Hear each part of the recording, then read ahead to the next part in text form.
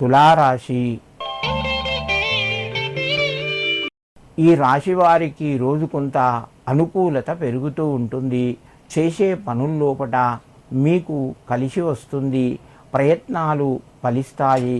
రావలసినటువంటి ధనము కొంత మొత్తము చేతికి వస్తుంది. సమయానికి మంచి నిర్ణయాలు తీసుకుంటారు.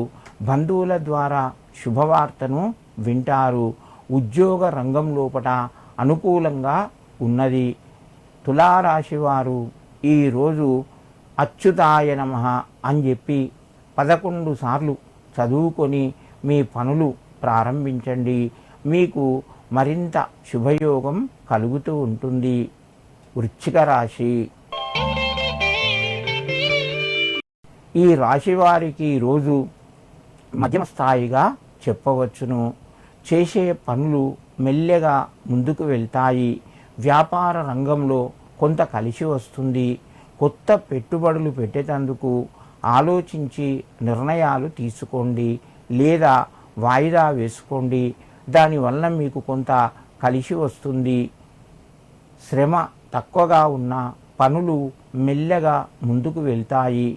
నూతన శుభవార్త వింటారు. వివాహానికి సంబంధించిన ప్రయత్నాలు లేదా సంతానానికి సంబంధించిన ప్రయత్నాల్లోపట కొంత పురోభివృద్ధి కనబడుతూ ఉంటుంది. వృశ్చిక రాశి వారు ఈరోజు లక్ష్మీనారాయణను స్మరించుకొని ఏదైనా తీపి పదార్థము నివేదన చేయండి. మీకు మరింత శుభయోగం కలుగుతూ ఉంటుంది. ధనస్సు రాశి. ఈ రాశి వారికి రోజు కొంత అనుకూలత పెరుగుతూ ఉంటుంది. ప్రయత్నాల్లోపట మీకు విజయం లభిస్తూ ఉంటుంది. కొత్త పరిచయాలు ఏర్పడతాయి.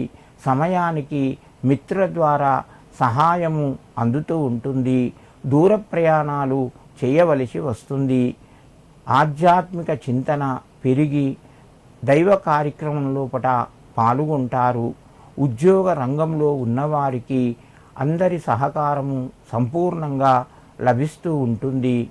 ఐటీ రంగంలో మీరు మార్పుల గురించి చూస్తుంటే ఈరోజు కొంత కలిసి వచ్చే అవకాశాలు ఉన్నాయి. ధనస్సు రాశి వారు ఈరోజు శ్రీ మాధవాయ నమః అని చెప్పి ఆ యొక్క భగవత్ నామాన్ని 9 సార్లు చదువుకొని మీ పనులు ప్రారంభించండి. మీకు మరింత శుభయోగం కలుగుతూ ఉంటుంది.